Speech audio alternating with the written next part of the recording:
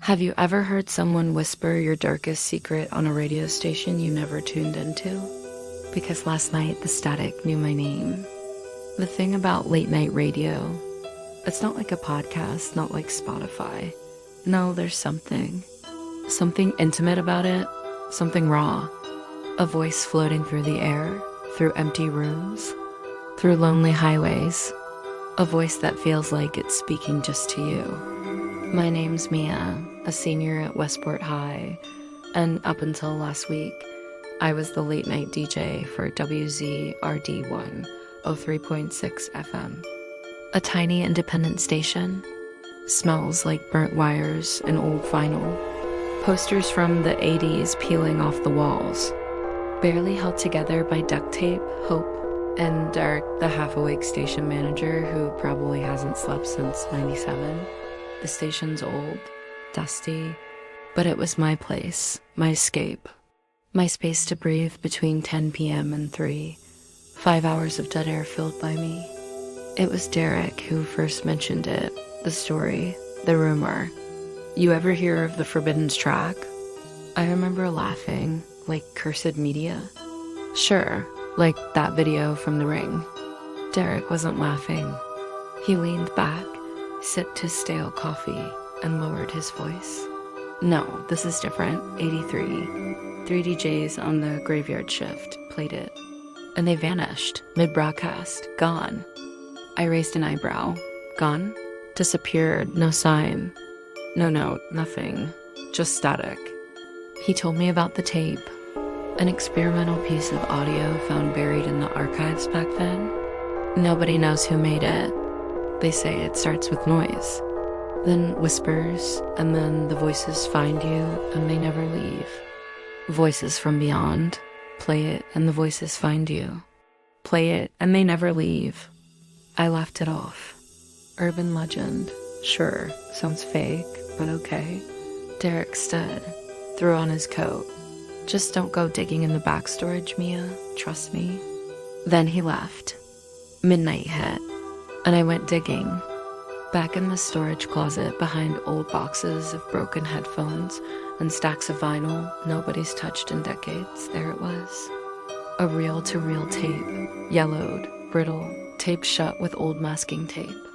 Across the label, faded but legible, "Do not play." I stared at it, fingers tingling. I carried it back to the booth. The reel spun. I hovered over the play button. Told myself it was just noise, just a prank someone left behind. I pressed play. At first silence, then a hum. Low subsonic, vibrating my teeth. Then whispers, she's listening, she hears us. Mia. The monitors flickered, channel 2 spiked. Every light on the soundboard surged red. The lights dimmed and then Mia, they said my name. I slammed stop. The reel spun down. The lights steadied. Everything went normal, or so I thought. The phone lines blew up. Callers screaming. Who was that breathing on the mic? Mia, what the hell was that? Did you seriously say that? What do you mean? Say what? My phone buzzed. A text from my best friend Lacey. Girl, did you just out yourself on air? You said you were the one who told Mrs. Keller about Jenna cheating. My face went pale. I never said that. I frowned. I hit the playback, rewound. Listen, my voice but not me. I'm the one who told Mrs. Keller Jenna was cheating. Deadpan, flat, robotic. I yanked my headphones off, heart racing. The whispers didn't stop, even with the reel stopped, and the walls, and the wires, and the static. It started small. Every caller asking about things I never said out loud. Why'd you tell Lacey about her boyfriend? Did you mean what you said about your mom?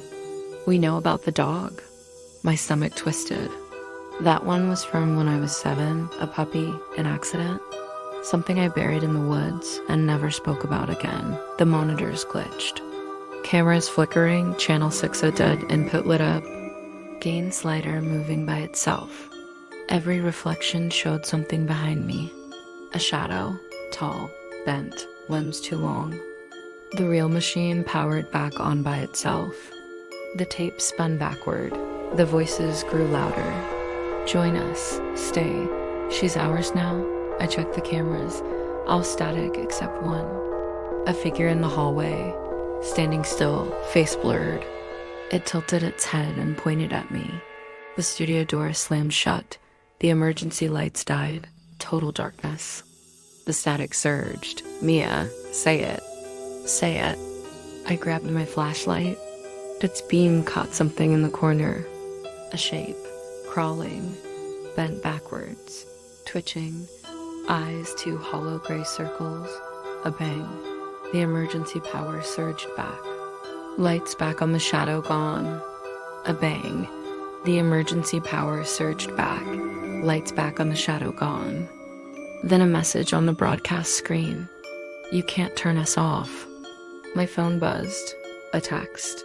Unknown number. Check the basement transmitter. Basement? There is no basement, except there was. A door I'd never seen.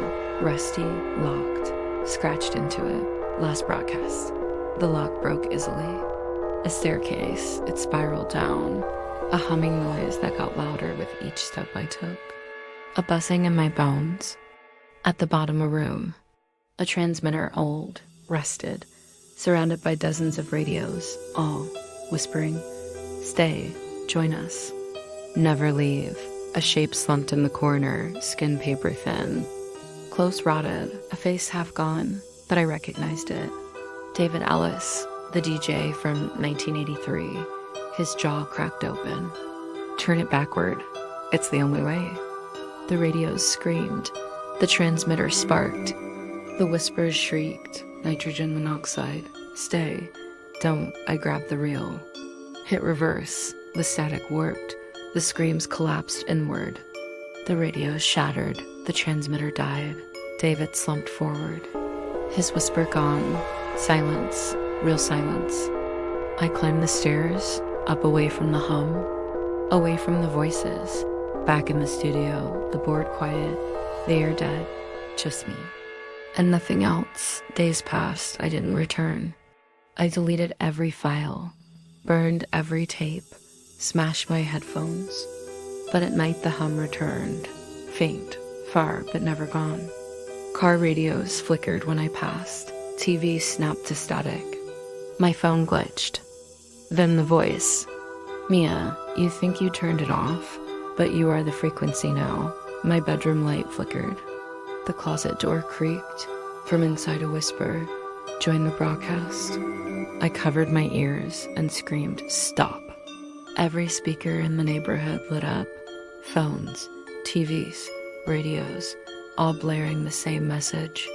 Welcome to the static. And then silence. I don't know if I ever left. Or if I'm still on air. Maybe once the static learns your name, it never lets go. And if your radio ever flickers, if the static grows loud, if a voice says your name, don't answer, don't listen. Because the static never turns off,